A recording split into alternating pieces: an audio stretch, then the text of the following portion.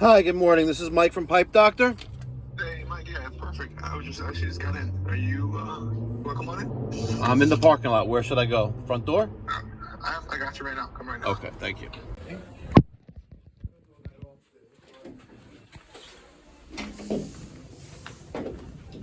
I said, thank you, brother, for coming out. Of course. Pleasure. So, the part that we have in this suite, we have 21 suites here. Okay. Heating and cooling doesn't seem to work out all that great. When did that problem start? I recently came on board about a little less than a year ago. Okay. But apparently it's been an issue over the years. Stairs. It seems like it's probably been somewhat of an issue that they've had to deal with. Okay. So how many thermostats control that area? So we've got 4 thermostats. Okay. I believe there's 3 or 4 units upstairs, up to the roof. Okay. And I'm just trying to figure out the best way that we can optimize this and one, also make sure they're working. Because every time we get the landlord on the line, we should be up here. It's just never all that great of a response. Looks like that latch there. There you go. It should be good. Coming up. Watch out, there's tons of. Put something there so it can close on us. Yeah, exactly. All right. So we're above your spaces. Correct. So we've got marked out. 1, 2, 3, 4, 5, 6. All right. So you have a couple of these Yorks, and then you have 3 American Standard or Trains over there. But any idea which ones are yours? Yeah, I'll try to give you a key. Okay. This is more ours.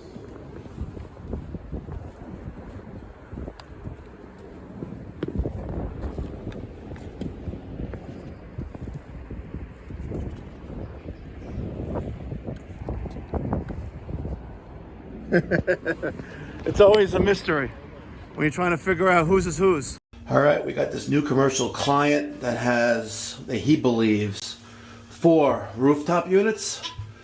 Spent the last 18 minutes, depending on whether or not he wants me to proceed, but let's get the show on the road. All right, York. Serial number ending in 93922.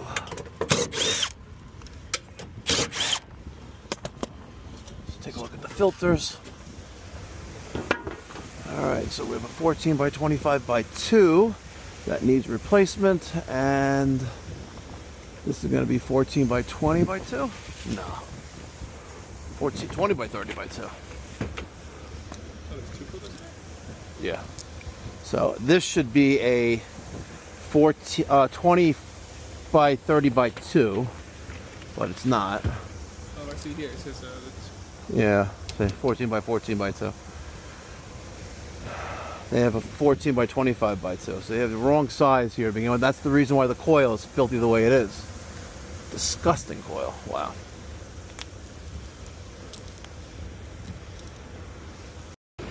All right, electrical compartment. We have our 2 fan relays.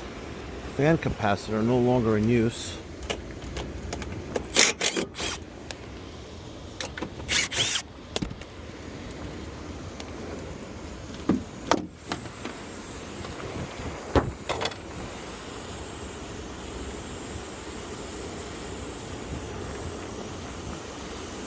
Some water damage on those terminals. Everything else is pretty solid. Inside cover. Serial number matches.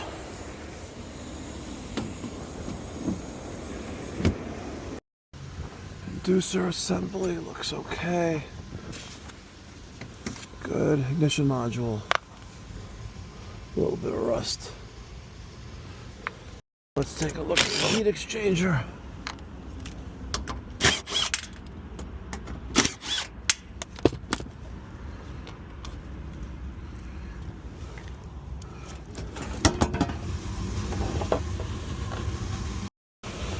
No visible damage. to the stainless steel tubing of the heat exchanger. System now running in heat.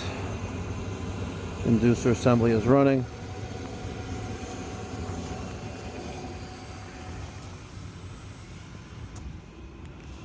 And the blower is on. Good. Alright, micro channel coil. No visible areas of oil residue on the exterior or interior views. Condenser fan motor. Likely a replacement model since that ground is visible. And compressor over there. Good. Another observation, gas piping on roof is not secure. Just resting on 4x4 cut blocks, approximately 12 inches across, and resting on top of that. So gas piping not secure, but it's been like that forever, so I guess some makes it okay, right?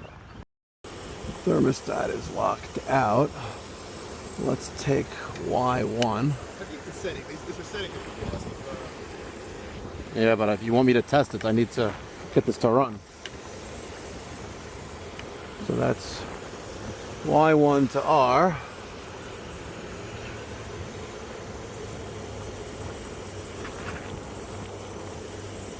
And you may have a low ambient warning. It's not running.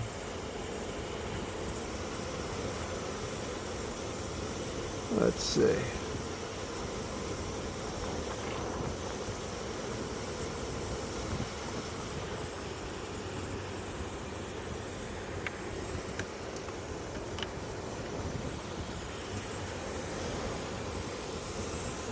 R and Y1. There's also a Y2 terminal, but it's not wired. 1, 2, 3, 4, 5. 1, 2. 1, 2, 3, 4, 5.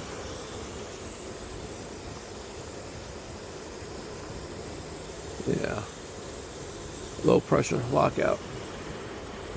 So I'm not getting a lockout for low ambient temperature outside. We are getting a low pressure lockout. So on a warmer day, you're going to want to have that checked out. Maybe low refrigerant in the system, or a metering device issue, another refrigerant flow issue, or a control issue. All right, next. Any questions with this one, by the way? Yeah. So this is hallway? I believe All right, so let's turn on heat. Raise up the heat temperature. We'll see what it does. All right, start with the filter compartment.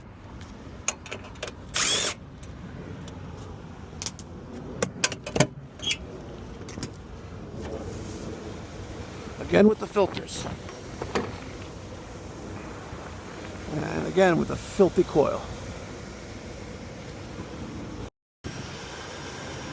All right, looks clean.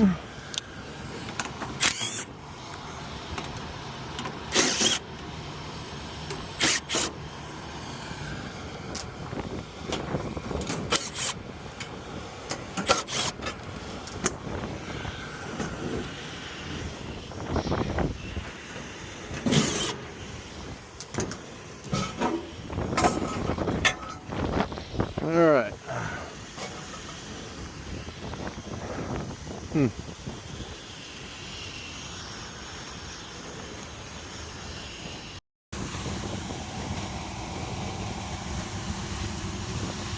Yeah, this one's gonna need a new heat exchanger.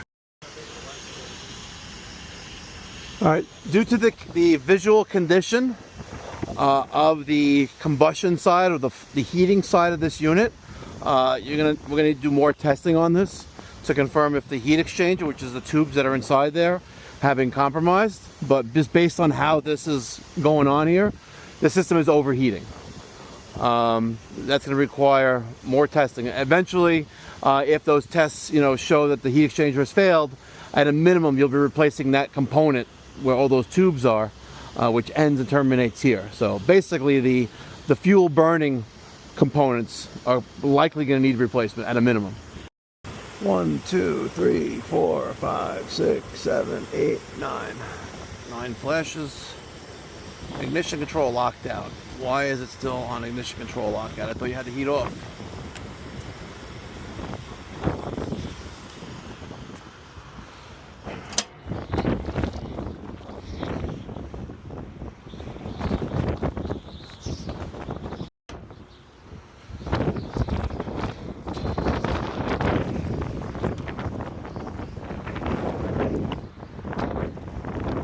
Solid heartbeat. Let's get R and Y1 jumped out. Alright, right now we have 2 flashes. We're waiting on the control ASCOD. Just heard that click of that relay. Okay. Now we wait.